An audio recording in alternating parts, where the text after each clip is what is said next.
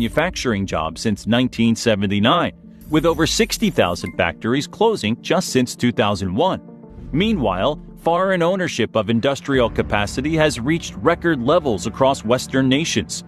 Perhaps most concerning are the parallels in land ownership.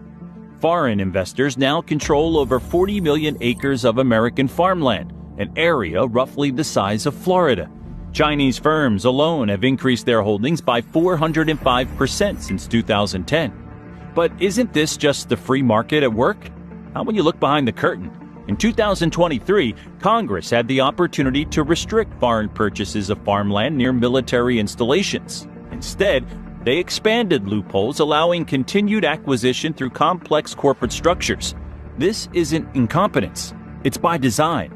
Federal Reserve pilot programs for a digital dollar mirror developments in Britain and Australia, creating the framework for programmable money that can be restricted based on social policies or political positions. All while wealth concentration has reached levels not seen since the 1920s, with the top 1% now controlling more wealth than the bottom 90% combined in many Western nations. What makes this transformation so insidious is the illusion of democratic choice.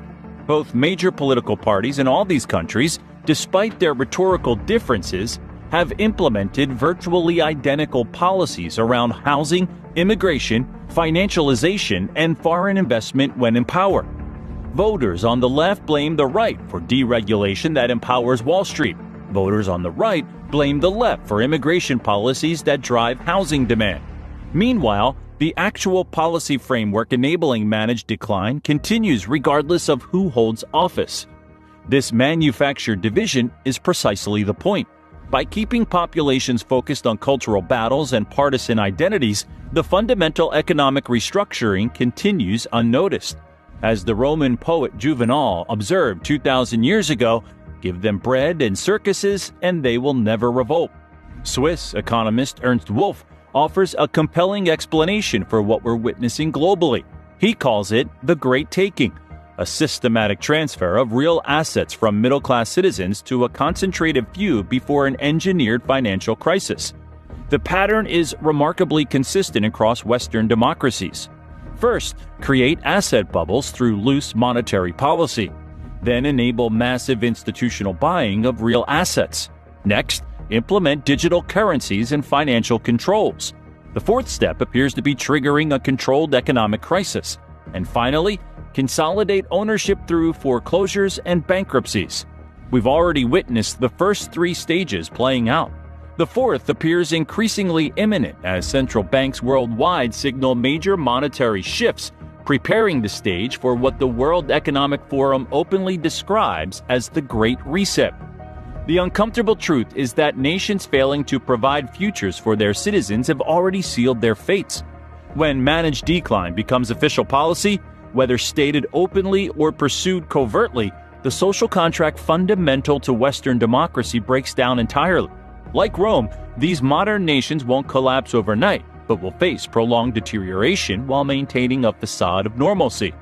The signs are already unmistakable throughout the Western world: declining birth rates, exodus of talent, and erosion of social cohesion.